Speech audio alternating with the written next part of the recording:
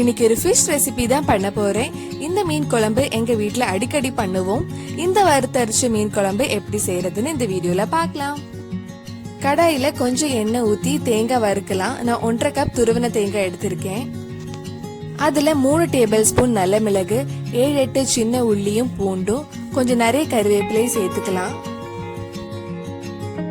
தேங்காய் கொஞ்சம் light brown colour வரணும். மீடியம் ஃப்ளேம்ல கொஞ்ச நேரம் வறுக்கலாம். தேங்காய் நல்லா பிரவுன் கலர் ஆயிடுச்சு. இதுல 2 டேபிள் ஸ்பூன் மிளகாய் பொடி, 2 டேபிள் ஸ்பூன் மல்லிப்பொடியும் ஆட் பண்றேன். நீங்க எவ்வளவு தேங்காய் எடுத்திருக்கீங்களோ அதுக்கு ஏத்த மாதிரி மல்லிப்பொடி மிளகாய் பொடி போட்டுக்கோங்க. இன்னும் ஒரு 2 நிமிஷம் வறுக்கலாம். மல்லிப்பொடி மிளகாய் பொடி பச்சை வாசனை போனதுக்கு அப்புறம் ஆஃப் பண்ணலாம். தேங்காய் நல்லா ஆறுனதுக்கு அப்புறம் ஒரு மிக்ஸி ஜார்ல அரைக்க போறேன்.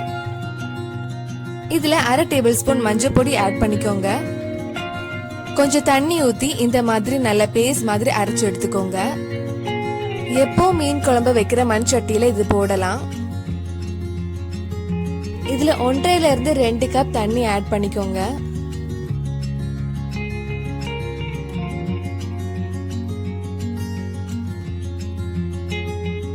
தேவையான அளவு உப்பு போட்டதுக்கு அப்புறம் நம்ம அடுப்புல வச்சிடலாம். இந்த குழம்புல நம்ம கிளீன் பண்ணி வச்சிருக்க மீனை போட போறேன். குழம்பு நல்லா கொதிச்சதுக்கு அப்புறம் 2 சின்ன மாங்காய் ஆட் பண்றேன். மாங்காய் இல்லைன்னா நீங்க புளி தண்ணி கூட கரைச்சு ஊத்திக்கலாம். மீன் குழம்புல மாங்காய் போட்டா தனி டேஸ்டா தான் இருக்கும். இது கூட 5 பச்சை மிளகாவும் சேர்த்துக்கலாம்.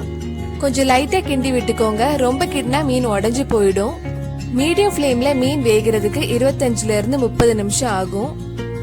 மீன் வெந்ததுக்கு அப்புறம் கடைசியா நல்ல வாசனைக்காக கொஞ்சம் கறிவேப்பிலையும் நல்ல டேஸ்ட்காக கொஞ்சம் தேங்காய் எண்ணெயும் ஆட் பண்றேன். ருசியான வறுத்தரைச்ச மீன் குழம்பு ரெடி ஆயிடுச்சு. இந்த மீன் குழம்பு உங்க வீட்லயும் செஞ்சு பார்த்துட்டு எப்படி இருந்துன்னு கீழே கமெண்ட் பாக்ஸ்ல சொல்லுங்க.